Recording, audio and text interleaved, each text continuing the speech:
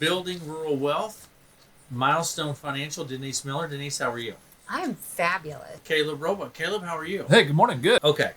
If you don't plan intentionally, you plan by default. Caleb, set this up for me. What are we talking about? Yeah. It's kind of something that, probably happens to a lot of us, myself included. You kind of wake up and you realize, you kind of maybe been drifting a little bit financially, and, the way I think about it, and, we talk about it with people is, it happens in different ways, but it's kind of like, retirement might suddenly feel like it's approaching faster than what you thought it was. Oh, now you only got 5 or 10 years, Yeah. something like that. Sometimes income decisions, investments, and savings for a lot of people can kind of just happen over time. And we talk to people that are 5 years out, they're kind of like, I've accumulated this over time, but maybe not know the exact reason or why or how they kind of got there. Or, just feeling like life has, kind of been reactive to you rather than proactive. So, when you're just drifting through financially and, you make those financial decisions by default, sometimes it's hard to tell exactly where are you or what do I need to be doing or what really am I in control of? Yeah. And most of those, end up here, not because we don't care. Again, we talk to people all the time, even people that are super successful, like life kind of gets in the way. Life is busy for all of us. There's always something going on. So, that's what that drift feels like. So today we want to talk about, how do you take control of that? How do you recognize the things that you can control and try to, take back some of that drift? Because there is more things you can do and be in control of with your financial life. So let's identify where we've been drifting. Denise, what do we want to be aware of here? I think one of the obvious ones, or the ones we'll start out with, is your retirement savings. Is it inconsistent? Is it reactive? I love the commercial on TV about the Rocket Money app. How many times did you eat out this month? How many double subscriptions are you how paying many for? double subscriptions do you have? That kind of thing. Yeah. Not tracking your cash flow, not knowing what you're actually spending. It's easy. I feel like, when I was a kid, it was always, well, if you don't have money, you didn't do it. Well, you got a debit card. And so we've kind of turned into this cashless society, so it doesn't really hurt as bad, as when you had to actually dig those dollar bills out of your, out of your pocket. Your assets are scattered, they're untitled, they're outdated. One of the things we ran across was, I still had a savings account. And this is sad. I'm the wife of the financial planner, and I grew up. You know where I grew up? I grew up at Hastings, and Malvern Bank, and it's like, oh, you still have a savings account here. Oh, well, all right then. The nice thing would have been if it had a lot of money in it, but it didn't have a lot of money in it at all. But not realizing, again, that you have an account, not realizing how many apps you're paying for, not realizing kind of you don't have all your eggs in one basket. Do you have an old 401k out there that you forgot about, that you worked at this place 10 years ago and you had a 401k and you never did anything with it? Well, let's gather that stuff up, Yes. Gather that stuff up. One of the things we also see with business owners is that sometimes as a business owner, you are so cognizant of the business that you're not taking care of yourself. Yeah, absolutely. You pour everything that you have back into the business. You're not saving for yourself. You're not creating your retirement, taking care of yourself. And I think the biggest thing is not to beat yourself up about it, because I feel like everybody is in the same situation. And you just really need to identify that, I'm drifting a little bit here and it's not time to panic, but you need to take inventory of those accounts and those assets, write down what you actually know about your retirement readiness. What's my 401k look like? What's my Social Security looking like? I mean, those are things that you can start to educate yourself about and start getting your ducks in line and actually identify where those gaps exist. I mean, should you be putting more money away in your 401k? Should you be looking at some of these things and doing some consolidation? So they're just, don't fret. Just start. We've said that many times. Oh, Just start. 100, yeah. So the other thing is to take ownership over those decisions, right, Caleb?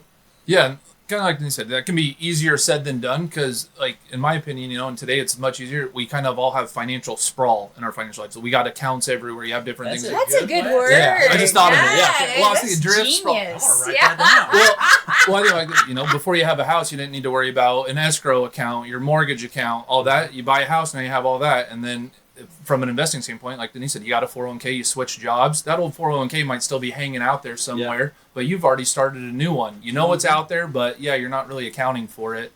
And, we all kind of move from that passive place to an active place, but it kind of waxes and wanes. But, first, ownership doesn't mean, solving everything immediately. Kind of, Denise was saying, it's just kind of just taking inventory of where is actually stuff and then making decisions from there, or having you help people make decisions. Like a lot of what we do is kind of help people get financially organized too. How do you take account of this stuff and do it? But the key areas where people really need to focus on is their cash flow and budgeting. Is it aligned with just their monthly, weekly, yearly spending goals, but also their retirement goals? Debt and liabilities that feel heavy or unmanageable, or even if they are manageable, just what are they? Where are they at? Savings and investment accounts, insurance coverage and gaps, and healthcare and long-term care. Again, some of these things, if you're young, you're not worrying about healthcare and long-term care, but hey, financially, as you get older, it's going to sprawl out to have to worry about those things. Sooner than Yes. later. Yeah, 100%. Be here before you know it. So, to your point, small actions can have big clarity. It's basically don't get overwhelmed. Okay, Just that's easy for you Breathe. to say. I tell you, we talk about these things all the time. And Dan Miller, I go back to Dan Miller and his small hinges swing big doors. And That's so, just start bringing that in. Just tackle one thing at a time, cross it off your list, and just start to get information, gather all this stuff. And I hate to say this because this is like, but pick 3 things. Just pick 3 things that you're going to do this year.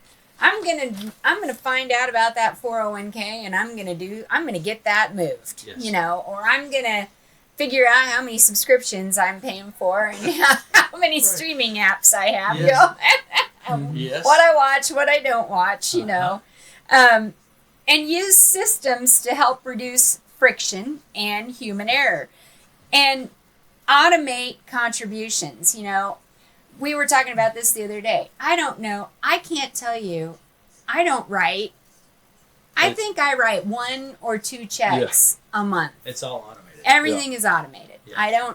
You don't have to panic that, I didn't pay my water bill, Right? You can savings to bill pay to Yep. investing, like all that All stuff is that. kind of automated. And how you can kind of avoid some of that drift too. Like, Yeah, that does help. Yeah. That really does Because help it just with the happens. drift. Yeah. Because it just happens. It just happens. With like your 401k, we talk about folks, a lot of 401k plans can have like an annual auto escalation. So, hey, to make sure you're staying on track with your retirement savings and trying to save more, hey, an easy way to avoid that drift of getting behind, you set an auto escalator. So it's automated. So every year you're putting in 1% or more. So and that's a very small thing, like Denise mentioned. That's a very small thing. That's huge. But it makes a difference. Makes though. a huge difference. Absolutely. The other thing that I would say too, everybody should do every year, and we hound on this and we talk about this all the time, beneficiaries. Yes. Please, please, please, please check your beneficiaries. You cannot check your beneficiaries too much. Well, you probably can, but if you do and you call us, we'll be like, oh gosh, they called again about their beneficiary. But we have seen it, and I'd like to tell you it doesn't happen every year, but it happens every year. Yeah. There is somebody surprised that they're either in or they're out. And it's not a difficult thing it's not. to make sure that it's right and how you want it. It is not. And go ahead. Well, I was going to say, since Denise outed herself, I'll out mine too. I just recently had to update my beneficiaries. So again, kind of reviewing it. Oh, I hadn't updated it since whenever. And my mom was still on an account or whatever, when it should be my wife and kids. So that's why I say, even for us, that sprawl or drift or whatever happens, because life is busy. Yeah. It is, but those are small things you can do to ensure that you're bringing it in. You're getting it tighter. You know exactly where you're at, and again, once you start to see that these little changes that you make, increasing your 401, your retirement contribution, or putting money in savings, when you start to see those changes, it gets easier, and it's also encouraging to you to know, oh, good, look what I'm doing. And you're making progress. Yeah. One of the 3 things you should do is call Milestone Financial Right. on your list. That's one of the 3 things, because that's going to help benefit everything else.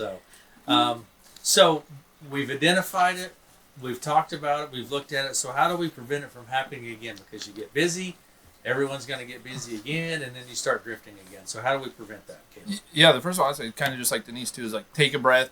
Don't feel like you got to get it all, and kind of start small too. But try to set periodic check-ins where, hey, every month I am going to check on my budget. Every 6 months I am going to check on my investment accounts. Every year I am going to check on my beneficiaries. And again, people like us are out there to help you, but also having a simple dashboard of some of those key numbers that you can reference.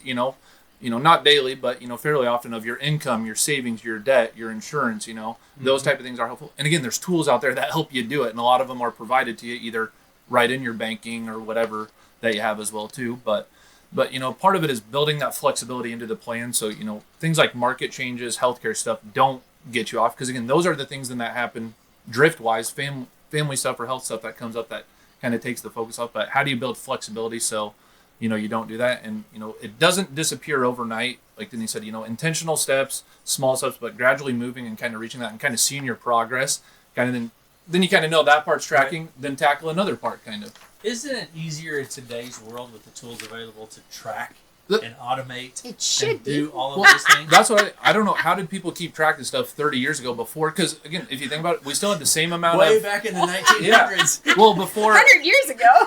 Well, again, because when people still bring in a stack of 100 papers, that's 6 accounts. How do you mentally keep track of that? Not only of just what's in that paper, but what's happening investment wise, insurance wise, of actually knowing that. Versus today, again, it's not any easier to understand that, and we have probably more accounts, but the tracking of it, of at least having updated data, should be more helpful. But then you got to do something with that, or have somebody help you. And we talk about that one of the things that we like to do is we like to help eliminate chaos. Mm-hmm. Yes. Because that's the big thing. You don't want doing this stuff, consolidating and doing what Caleb said, taking inventory, reducing the sprawl that we have, will also reduce your chaos. Yeah. And when you're able to reduce chaos, then you start to get some clarity and peace of mind. Peace of mind. Yes. Absolutely. Well, and there's only so much you can eliminate, like I said, of the sprawl. Hey, if you want to own a house and live in a house, you got to kind of deal with having an insurance account. There are things that come along with that. Absolutely. But so you can control it and know what you understand what you're dealing with. Well, we talk a lot about control what you can control. Most people just don't identify what they can, but good segue. That was great. Yeah, that was good. I've done this time or two before, even though it's been a while. But like, spending, savings, where those are all things we can control. Again, life happens sometimes and some things are out of our control, but month over month you can. All right, Denise. Final thoughts here? You don't have to fix it all at once. Just, it's that's overwhelming if you try to do that. How do you eat an elephant? One bite at a time, Right. So I think you just kind of have to set some goals. And like I said, go back to pick 3 things. Yeah. Pick 3 things you want to cross off your list this year. Make one of those. Make one of those. Call Milestone Absolutely. Now you're only down to 2. Absolutely. So there you go.